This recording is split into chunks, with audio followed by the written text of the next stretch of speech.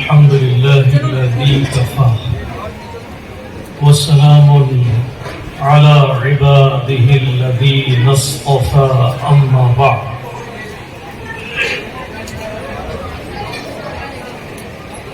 عظیم المرتبت و جلیل القدر علماء کرام، حضرات علماء کرام، بزرگان محترم، برادران اسلام، گھڑی ہاتھ میں ہے، 10 منٹ کی وارننگ ملی ہے۔ آپ اندازہ کر سکتے ہیں کہ مجھے کیا بولنا چاہیے، میں کیا اور کتنا اور اپنے جذبات اور تاثرات کا اظہار کر سکتا ہوں۔ 2-4 ضروری باتیں۔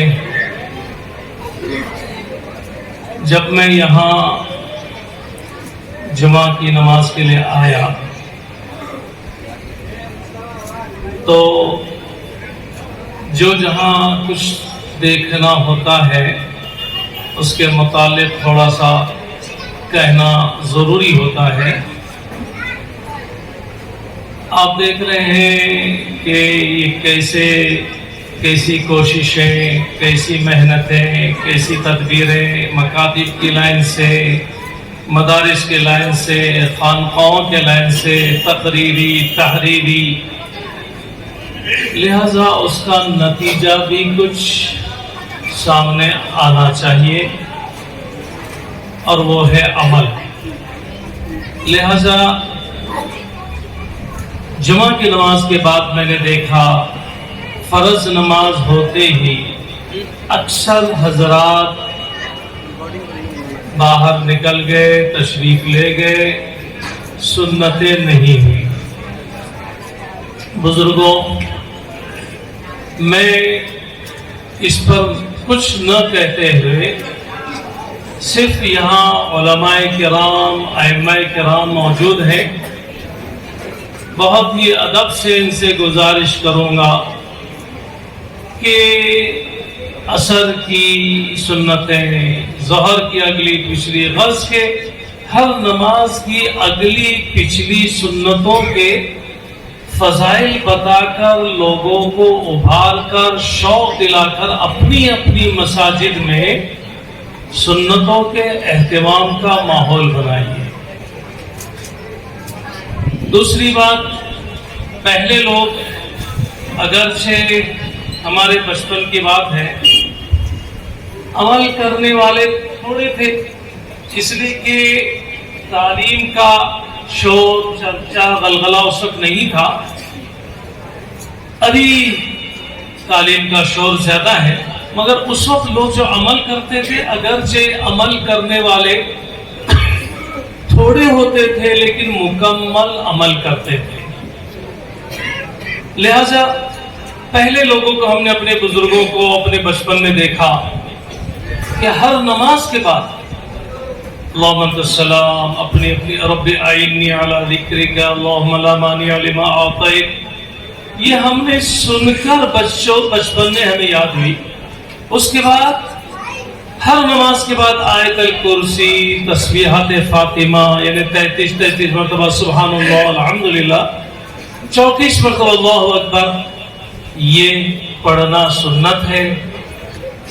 فجر، عصر، مغرب میں چہارم کلمہ 10 بار، یہ پرانے ہمارے آباء و اجداد یہ چیزیں پڑھتے تھے۔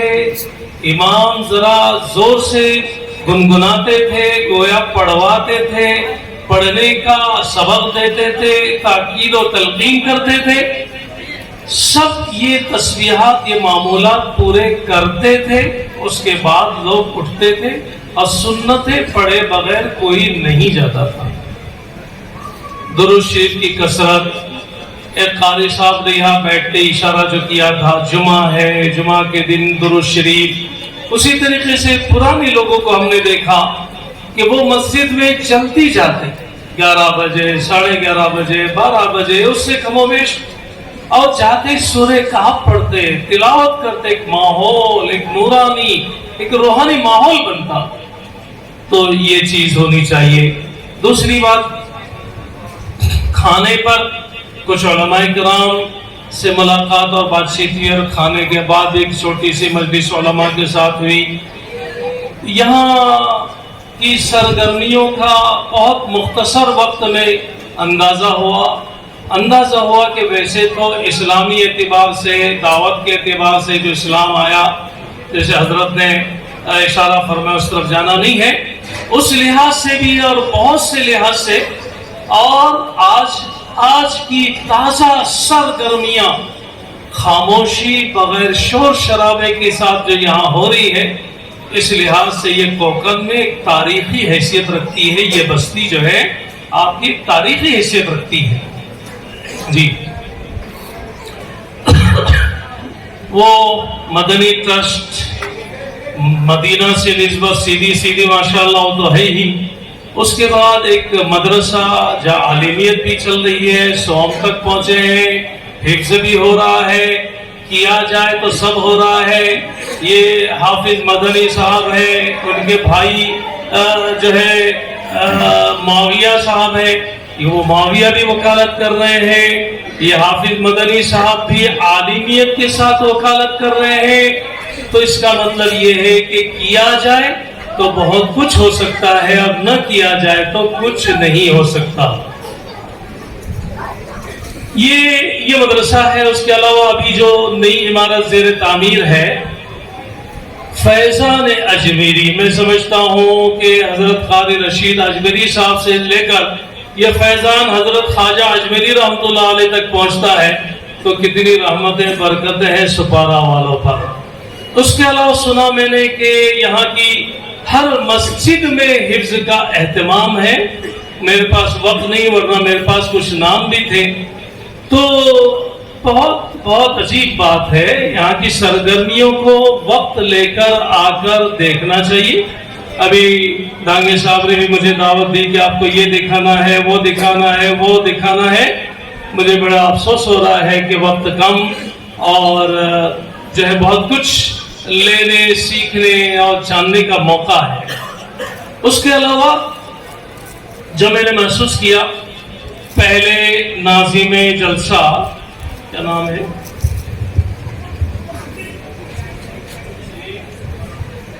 مفتی فیض الاسلام صاحب، اور دوسرے ہیں مولانا شمیم اختر صاحب، ذرا اس میں پکڑیے۔ تو ماشاءاللہ ان دونوں حضرات نے نظامت جو کی، اس سے جو جھلک رہا تھا، وہ جو علماء کرام مجھے کھانے پر ملے، کھانے کے بعد جو گفت شنید ہوئی، اور جن حضرات کو بھی میں نے ابھی دیکھا سنا، تو یہاں کے علماء میں بڑا جوڑ ہے، محبت ہے، تعلق ہے، اور اس وجہ سے یہ آنن فانن، ابھی ہمارے ساتھ صاحب نے بتایا کہ مولانا ابوالکلام، اب یہ ابوالکلام خالی ادھورا رکھنے کے بجائے میں سمجھتا آج ان کو آزاد بھی بنا دینا چاہیے، مولانا ابوالکلام آزاد صاحب، ٹھیک ہے۔ مولانا ابوالکلام صاحب ہے، مولانا سعد صاحب ہے، اور نور محمد صاحب ہے، مولانا مدثر صاحب ہے، قاری طیب صاحب ہے، بہت سارے حضرات ہیں۔ یہاں بہت کم جگہ پر وہ محبت اور وہ ماحول دیکھنے ملتا ہے جو مجھے یہاں دیکھنے ملا۔ اسی طریقے سے عوام میں بھی محبت ہے۔ اسی طریقے سے آپ کو آج جو جام محبت اللہ رسول کا جو پلایا گیا، ایسے جب آپ پیئیں گے تو پھر آپ اللہ اس کے رسول صلی اللہ علیہ وسلم کی محبت سے مست و سرشار ہوں گے۔ مجھے یاد آ رہا ہے، یہ مجھے سمجھ میں نہیں آ رہا ہے کہ قرآن پاک، ابھی آپ نے سنا، علامہ حالی کا ایک شعر یاد آ رہا ہے کہ یہ بجلی کا کڑکا تھا یا صوت ہادی، یہ بجلی کا کڑکا تھا یا صوت ہادی، عرب کی زمین جس نے ساری ہلا دی۔ ایسا لگ رہا ہے کہ محفل پر اشعار نازل ہو رہے ہیں۔ مجھے بھی بہت سارے اشعار یاد آ رہے ہیں۔ دو چار اشعار ہی بول کر آپ سے کی اپنی بات ختم کروں.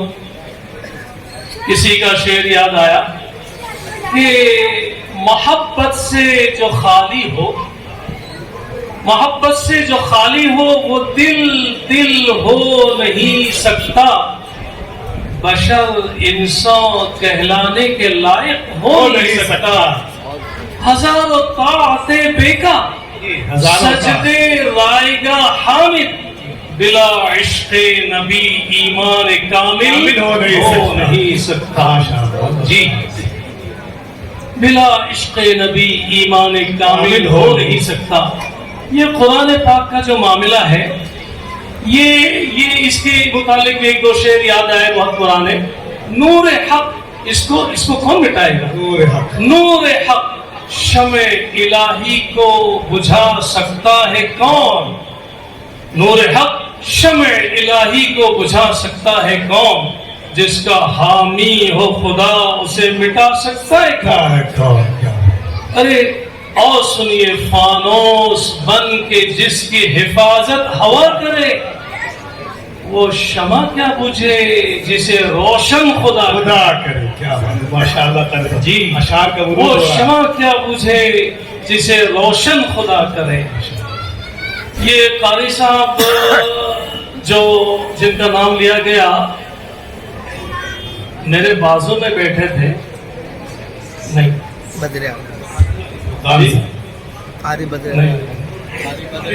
صاحب. ہاں، تو بدر عالم صاحب کا نام سنا تو ان کی پرانی اور بڑی عجیب قرت، جس میں بڑی پوری مجلس میں ہمارے رفقت تھی. بدر عالم صاحب کا نام سنتے مجھے ایک شعر یاد ہے نبی پاک علیہ الصلوۃ والسلام کی شان میں، شاید جو میں پیش کر رہا ہوں ان کی خدمت میں. بدر کامل، چونکہ حضور اور بھائیوں یہ اسی کے محفل ہے، اور جس نے بھی اس محفل کو پوری طرح دیکھا سنا ہوگا محتاج اور طالب بن کر، یقیناً وہ متاثر ہوئے بغیر اور آنکھوں سے آنسو ٹپکائے بغیر نہیں رہا ہوگا. بدر کامل کا جہاں میں خوب چرچا ہے مگر، بدر کامل کا جہاں میں خوب چرچا ہے مگر، بدر کامل کا جہاں میں خوب چرچا ہے مگر، بدر کے بدر الدجا کی بات ہی کچھ صلی اللہ علیہ وسلم. ماشاءاللہ. بزرگوں، یہ تو ہم نے اپنوں کے کلام سنے. ایک دو باتیں کہہ کر بات ختم کروں گا. ایک بات یہ یاد رکھیے کہ یہاں تو علماء تھے، ایک سے ایک قرآن تھے، بہترین قرآن سنایا اور بہترین اشعار سنائے.